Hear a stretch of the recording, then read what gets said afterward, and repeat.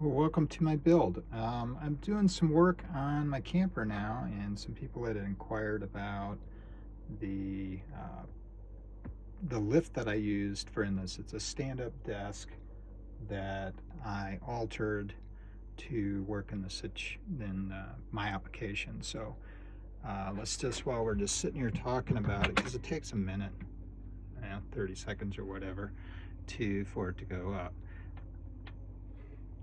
So again, like I said, this is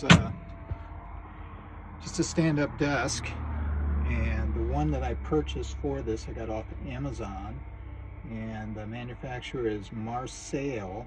It's spelled Marsail, and I used a 24 by 48 stand-up desk, and I had to cut it down for this application. We'll talk about that. I also have it upside down, so that complicates things by doing that. But for my application and the use of space, that's what worked out great for me. There's some caveats to that. So anyway, so let's get into it a little bit. First off, I told you that I had to cut it down. Mine was 48 inches. Not certain what the rail width between these two uprights was, but mine's around 32, just under 32 inches. So in order to do that, you had to cut a couple of things. And I'll just run this up and down. Let's see if we can get in there. So you can't really see it real well, but there's a black bar right here. And since I have this upside down, I had to support it a little bit different than what it's designed to do. The legs and the feet, basically the horizontal feet, I'll show you that, since up is down in this situation. Turn this light on so there's a little more light in here. So this is one of the feet, which is about, I think it was about 2 foot long or something like that. So I ended up cutting it off right where it goes into the upright that lifts the telescoping tubing. Cut it off there. It bolts into the top of it, and I attached everything there. And again, this is what I did. You may have this underneath your cabinet. You may have it set up just like it normally runs, with the legs on the bottom and all that kind of stuff. I don't know. My application, this is what I'm doing. Control wise, while I'm right here, this is another one of the caveats. Since I wanted the control in the upper cabinet, I had to extend the wiring for this control. So that just meant I just basically cut the wire off and put a extension piece on it. It's a maybe 18 gauge 6 wire or something like that, stranded, that I use, or something like that. I think I might have extended it 2 to 4 feet, something like that. This system runs on, this particular desk runs on 12 volt AC. So it's designed to be just plugged into your wall outlet at the house. So I couldn't find a 12 volt AC to 12 volt DC, which is the power system for my camper. I do have an inverter, so I have AC in here. I have a 3,000 watt inverter, but I didn't really want to have to turn on a 3,000 watt inverter just to run this up and down. So what I ended up doing is purchasing a small pure sine, I think it's 300 watt, 250 watt, 300 watt pure sine wave inverter. And I use it for some other things that's on all the time. I've got just some USB ports and that sort of stuff, cigarette lighter, that kind of thing. And that's the transformer for the 12 volt AC. So that runs the stand-up desk. All right, so I think best thing to do is just kind of show you the operation a little bit and what's running and what's turning. So it was in a raised position. Now it's going down. You can see there's that rod that goes all the way across. That rod is one thing that I had to cut. There's a coupling right here, so that doesn't make it too difficult to do that. The other thing that I had to cut was the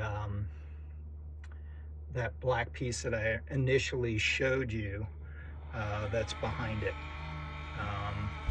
up against here. So that guy right there, I had to cut that off. And then the other thing I had to do that complicated things, like I said, I had to extend some things a little bit longer as far as wiring. I had to use this, it's called wire carrier drag chain, if you're looking it up. I had a piece of it laying around. I think they measure this stuff when you buy it. They measure it on an interior dimension. So I believe this is 15 millimeter by 15 millimeter drag chain. And so the OD of it's about an inch by about just under 7/8, so probably 13/16 or so. I'm not going to get in that too much, but it's a requirement if you're going to do something like this. If you're going to have something where your wires are going up and down. I've got a 110 cable going through here. I've got a 12 volt going through here. I've got the control wiring for the lift.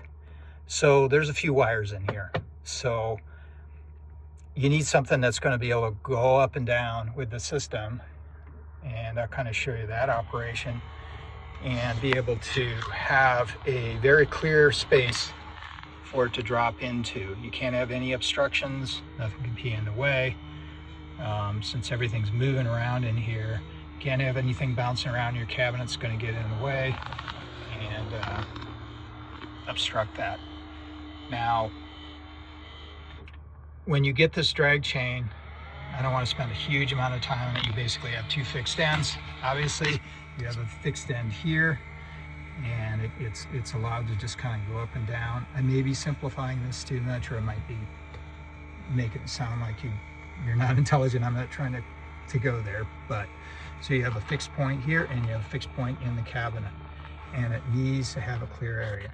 You'll notice in this cabinet, normally there's a sink right here, and this is just cabinet, and there's a big drawer that's underneath this. You'll notice in this cabinet, everything is tied up. Everything's tight. There's nothing loose in this, nothing swinging around. Nothing can get in the way of this rod that goes across. There's this rotating rod that goes all the way across into a little 90-degree gearbox here, through a coupling to a motor, and then through another 90-degree gearbox. So when you install one of these things, you're going to want to make sure that it is parallel, square with the surface that it is. So I'm not going to say level and plumb, because a lot of times your camper isn't level and plumb, but if your camper was level and plumb, you want this to be level and plumb also. You want it square, because any kind of twist in this is going to really affect its motion. What else? So why did I invert it? It was mostly a thing of space. I didn't want to take up any more space in the cabinet up here, since I have the microwave in there. I didn't want to have it sitting underneath here. So by inverting it, I had some space under here, although stuff is pretty packed in here. It's packed in a sense, but it's all accessible by taking the tabletop off, the countertop off, and this drawer out. So I can get to all my stuff, and I like to be able to get to everything for service that could possibly need service. So by inverting it, that put the motor down here and all the shaft and all that sort of thing. So how this actually is held in here underneath this black bar, which is really hard to see, it sits on top of a piece of tubing. That piece of tubing is anchored to the base of the camper, and then going upwards, each telescoping tube is then anchored here to the side of the camper, and also here. It's all in the same plane, so there's no twisting action or anything like that. So everything's on this vertical plane, and that keeps everything from, if I go in an area and the camper not quite square, it still operates fine. Obviously, you're not going down a road operating this, but having everything so that it's just in the same plane, and it's square, so the distance at the top and the distance at the bottom maintains to be the same. That's important. Okay, so let's get this thing going again. So you can see one tube slides inside the other. It's just got some little nylon or UHMW pieces that slides in. You notice this bottom tube is what anchors to it,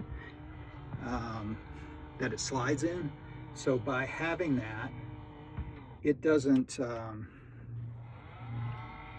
you can't bolt anything to this tube. You can't screw into it, can't drill into it. So what I did is I just made like a Z-bar, I guess you'd call it. This has double phase tape on it. So this piece of aluminum is glued to the outer telescopic tube. That's bolted to these, and that's what basically holds everything square and level. Most of the weight is straight down.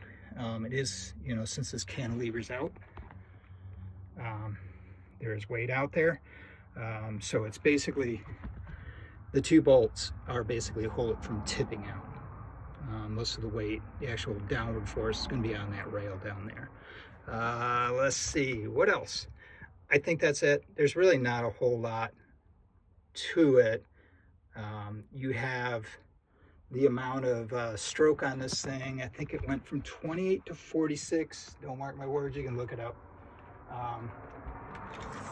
For me, the stroke, I'm not using the entire stroke. I might be an inch or two off. I'm using about, I don't know, 17 and a half to 18 inches of actual linear stroke.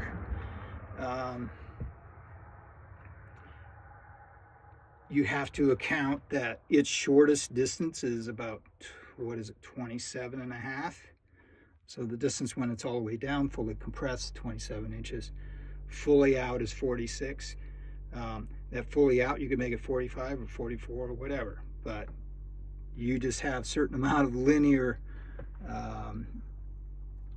distance that you can go up and down. So hopefully that explains that. Somebody had asked, a couple people that inquired about that in a couple different videos I've got. If you have anything else that you want to ask about this before you do, please watch. I've got a few videos out about this build itself. This is in a 4-wheel camper, Project M. For me, the way this is set up works out really well for me, because I lift this up and then I have all the space up here for storage when I'm at camp. So at first I was hoping that I would actually go higher, but now that I have it, I actually kind of like it the way it is. It could be a few inches higher as far as for me standing inside of it. I'm like 5'8", and the microwave is like this. Here's my height. This is my eyesight is about right there. So it could be a few inches higher for getting in the sink in that, but it's not too bad. If you have any questions, ask. I'll do my best to answer it. And if you're thinking about doing something like this, good luck with it. It's a super fun mechanical project, and I think it's super useful having an upper cabinet in a pop-up. Have a good day.